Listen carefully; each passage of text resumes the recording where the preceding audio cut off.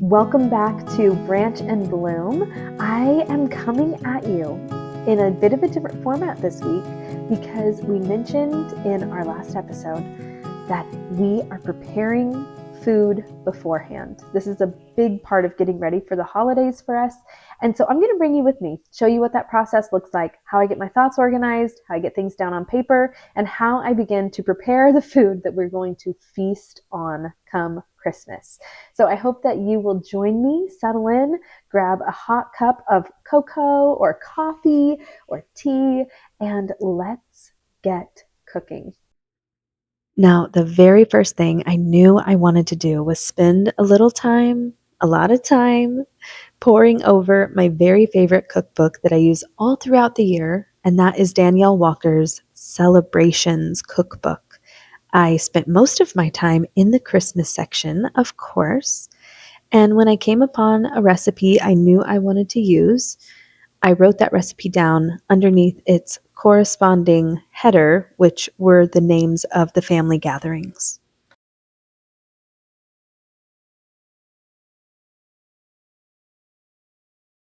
I will be making at least one dish for all 6 celebrations I will be attending this year. And I'm really excited, but it is a lot. And that's why I'm getting everything written down on paper so that my thoughts can be organized. It's just not the same if I don't write it down on paper. Once all of the foods and recipes were finalized, it was time to build the grocery list.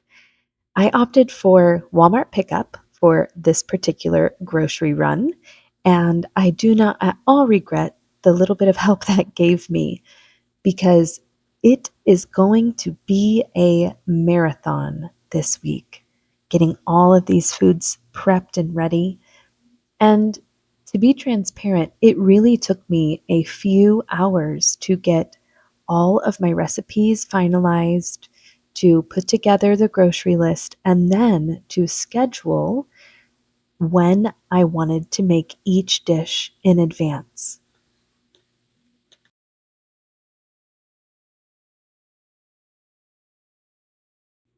I knew that I was going to have one day dedicated to my grandpa coming up and having a fudge day with us.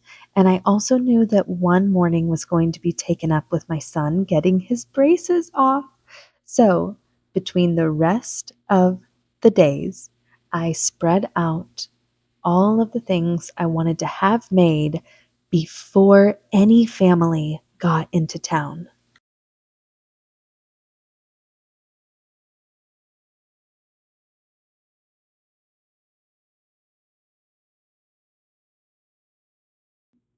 Monday morning, we picked up our grocery order, and it was all hands on deck as we got everything put away and somewhat organized. I refilled some of my containers with flours and baking ingredients so they'd be ready to go. And I realized that several of one of the cartons of eggs had cracked. That did not stop me from beginning the very first dish I needed to prep, which was the miniature meatballs that we're going to be enjoying for the hors d'oeuvre course of our family feast. This recipe is paleo. I messed with the proportions of sausage to beef just based on what I had on hand.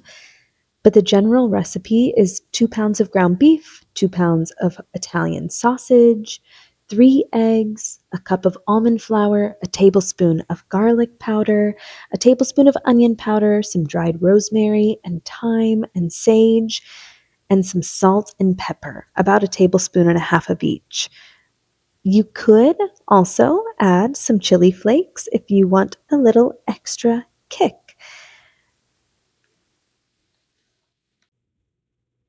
Mix everything really, really well. Do not be afraid of getting your hands a little bit dirty. Such is the way of meatballs and all things with raw meat. This ended up yielding over 100 small meatballs, which was just perfect. I wanted to make sure that everybody could have at least 6 miniature meatballs. Now, this is real life. So, of course, my baby woke up from his nap, needed a little snuggle time before I clicked on Snowy Day on Amazon Prime and got back to work. Now, for these small meatballs at 375 degrees, it took about 15 minutes for them to get done. And in the past, have had a bad track record of spending all day cooking on some sort of project food and not making supper. So I saved some meatballs to the side, made an easy pasta and salad, and threw a couple meatballs on top. So we had dinner that evening. Now, the next day, it was time to prep some cookie dough, and Jessica did herself a favor and made some extra cookies as well so that we could enjoy some presently and save some for later. These are my tried and true paleo chocolate chip cookies. And I've made this so long and changed so many things. I don't even know where it originated, but it's about 2 cups of almond flour, half a teaspoon of baking soda, half a teaspoon of salt, third a cup of melted coconut oil, a third of a cup of maple syrup, an egg, about 2 teaspoons of vanilla extract, and about a half a cup of chocolate chips we typically use in the Enjoy Life brand.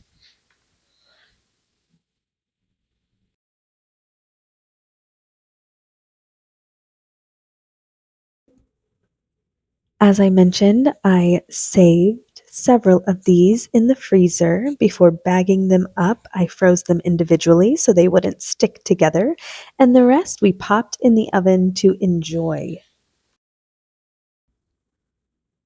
Now, while those cookies were baking, I decided to throw together my favorite maple barbecue sauce. And that consists of a half a cup of coconut aminos, about a quarter cup of maple syrup, about a quarter cup of apple cider vinegar, a 6-ounce can of tomato paste, about a tablespoon, give or take, of a coarse Dijon mustard, about a teaspoon and a half of garlic powder, half a teaspoon of sea salt, dash of pepper, and a little cayenne to give it a bit of a kick. Mix, mix, mix. You could add water to this at the end to make it thinner, but I like my barbecue sauce a little bit thick. So I stored this in a couple of mason jars, and I was certain to label it because next week, after all the hubbub, I'm going to want to remember what is in every jar in that fridge so that I can grab it quickly. And then it was time for Fudge Day with Grandpa, which we had at my mom's house. We're going to make chocolate fudge. This pan is probably about 50, let's see, 60 years old. Your grandma and I got this for our wedding. I have been gently forbidden from sharing this fudge recipe with you all. It has made my grandpa regionally famous in a way, and I think he wants to keep it pretty under wraps. This spoon's about as old as the bowl, but not quite. See how it's loose there? We're not going to go up yet. You can get some toys. What I can tell you is that he has been making this fudge for my entire life. And before that, in that exact same pot, with that exact same spoon, and this day together brought back so many great memories. Memories of when my grandma was alive, and gratefulness that we get to continue making these memories with our new Grammy and just continue this tradition and keep it alive for my kids to enjoy, as well as me and my mom.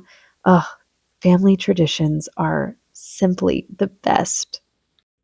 After Grandpa had completed a batch of chocolate and peanut butter fudge, he passed the baton or the spoon to me, and I got to make a couple batches of my own with a little help, of course.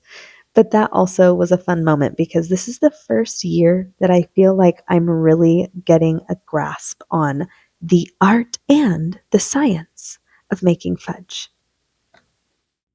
And on to Thursday, it was time to make my cashew butter chocolate dipped cups, except with a twist because I used little Christmas cookie cutters to make sweet little shapes.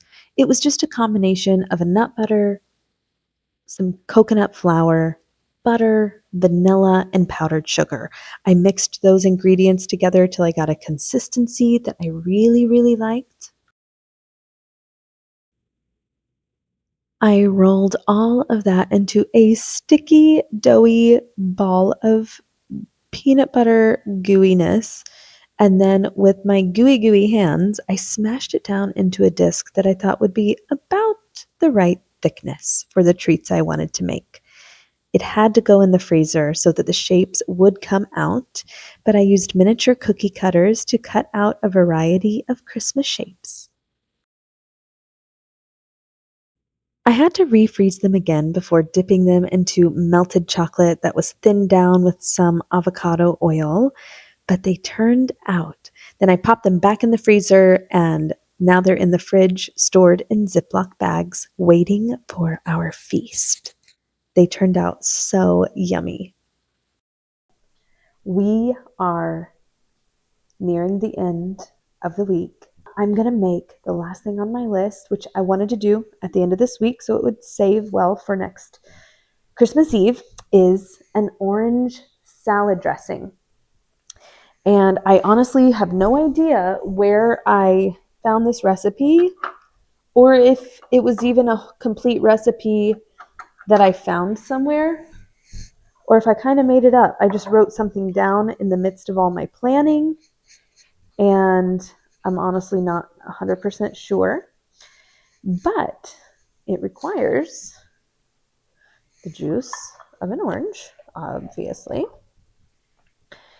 And I do not have a lot of fancy kitchen accoutrement, so I'm just going to do this the old-fashioned way with my hands and try to salvage as much of this good juice as possible. I love when oranges actually come in season because then even when you get them from your regular grocery store, they are just so much better. Okay, I think this is going to take one more orange. Uh-oh, that's not going to work. We're going to make do with what we've got here. I'll just see if I can get any last remnants out of here. Oh, it's just falling apart. Okay, that is close. And I'm just going to pour that into my jar because one of my oranges was a little bit rotten. If I need to, when it comes right down to it, I will just add a little more orange juice when we get our orange delivery. The next thing I wrote down is equal parts orange to extra virgin olive oil. So let me see here. I might actually have. Yeah, so I'm just going to sort of do equal parts there. There we are. And a little bit of pepper. And then a quarter cup of maple syrup. Add a little sweetness in there. Actually, that might be a little heavy because I didn't have quite enough juice. Okay, so I'm actually gonna get some of that back in there if I can. Oh my gosh, this is gonna be a disaster. It was disaster. Okay. Oops. And that might not be quite sweet enough. We will test it as we go. So then a tablespoon of apple cider vinegar for a bit of that vinaigrette kind of kick. And I think I'm going to end up needing more than this. I really do. I'm going to add a little salt. And I'll get a lid and we will shake this baby up. Let's see here. Let's give this a little taste test.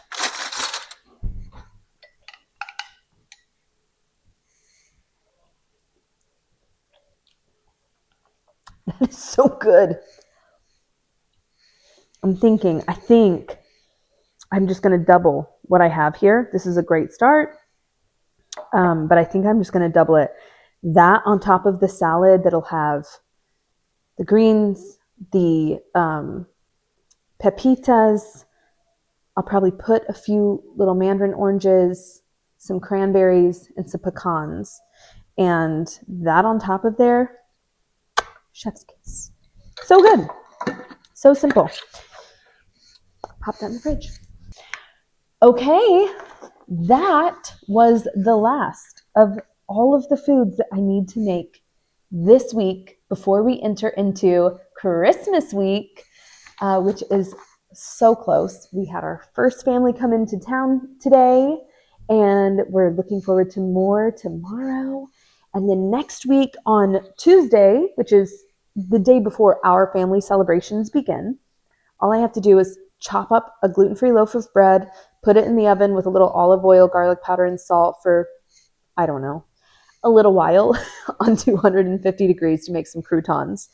I'm going to go ahead and pre-cook the bacon that I'm going to use and the green beans for our feast on Christmas Eve. My daughter's going to make macarons, and we're going to make some Jell-O for a Christmas Day celebration. So that will happen Tuesday, but I'm done for this week. We checked off so many great things, made good memories, worked with the kids, worked with my grandpa. As you can tell, because of our food issues in our family, we do still take our ingredients seriously. Our sugar content definitely goes up this time of year, and that is okay. It's going to be a short window of time. We're going to enjoy it. We're not going to... I lived through a time in my life when I was very hard on myself if I would consume foods I knew were not great for me. And it was just not healthy the way that my mind was functioning. I'm not saying you have to consume foods that don't make you feel good, but what I have found to be a better balance for me personally is to enjoy this short window of time eating foods that I know aren't going to strongly disrupt my body or my children's bodies. And then we are just able to get back to our normal way of eating after the holidays. But for now, we are looking forward to just feasting. And anytime that we plan for a feast, I'm always reminded of the feast that we will have with Christ, the wedding feast of the Lamb. Can you imagine? There will be no powdered sugar, I'm sure. And it will be the most delicious food we've ever eaten. But for now, we bring a little bit of that celebration into our very normal, fractured, up and down lives. And we can even think of the gospel even as we're eating our food. I have certainly enjoyed my time with you, and I am so thankful that you joined me here in my kitchen this week, where we prepped food together. One way we know to love on people is to feed them. And so I hope that you will go and enjoy every bite you take, whether you eat, whether you drink, do all to the glory of God. I will be rejoicing with you as we celebrate the coming of our Savior, who came so long ago as a humble baby and who will be coming again. Prepare your hearts for that and enjoy this Christmas season. I'll see you next time.